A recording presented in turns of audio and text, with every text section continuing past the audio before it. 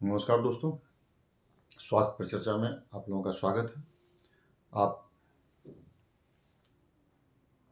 अभी बरसात का समय आ गया है, तो इस समय शरीर का इम्यूनिटी पर आप ध्यान दीजिए ताकि ये बदलते हुए मौसम में यहाँ कभी सर्द है, कभी गर्म है, कभी हवा तेज़ है, तो ऐसे में स्वास्थ्य पर विपरीत प्रभाव पड़ता है और आदमी का स्वास्थ्य कमज़ोर हो जाता है। तो ऐसी स्थिति में जब आप वॉकिंग भी नहीं कर पाते हैं, तो आपको योग करना बहुत ही लाज़मी हो जाता है और आप निश्चित रूप से छोटा-छोटा योग ज़रूर कीजिए। आप वज्रासन में बैठ जाइए और वज्रासन में बैठ करके जैसे उँगली मोड़ हुआ, ये कीजिए।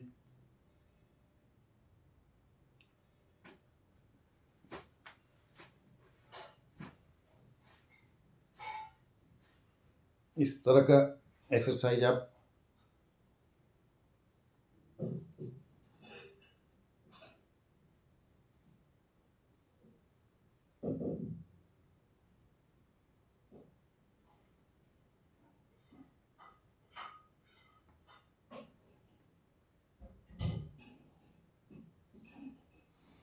दूसरा चीज़ है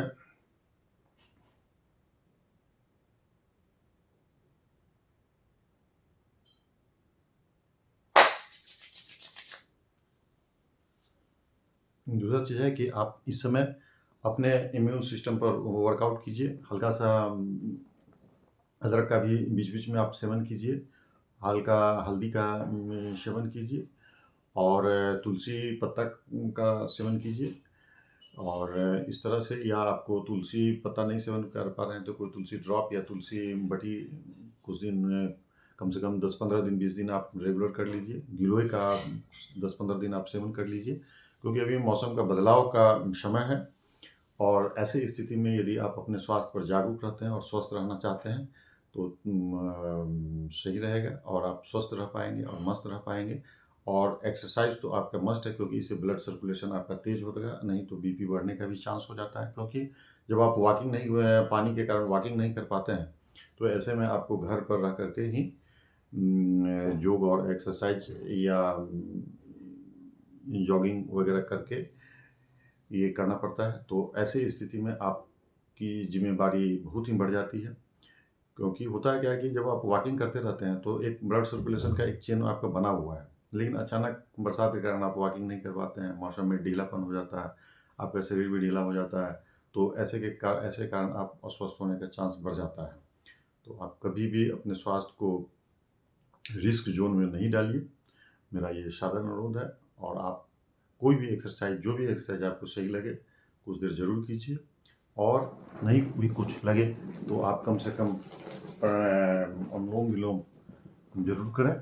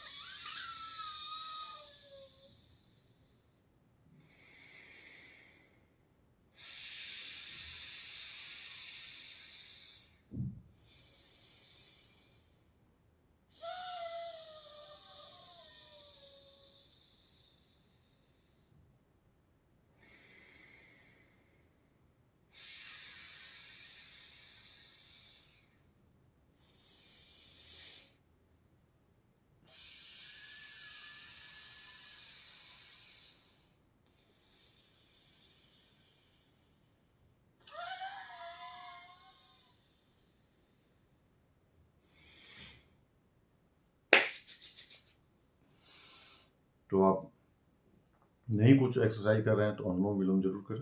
अनुलोम-विलोम जब आप करते हैं तो एक ओम का भी उच्चारण कर लेते हैं।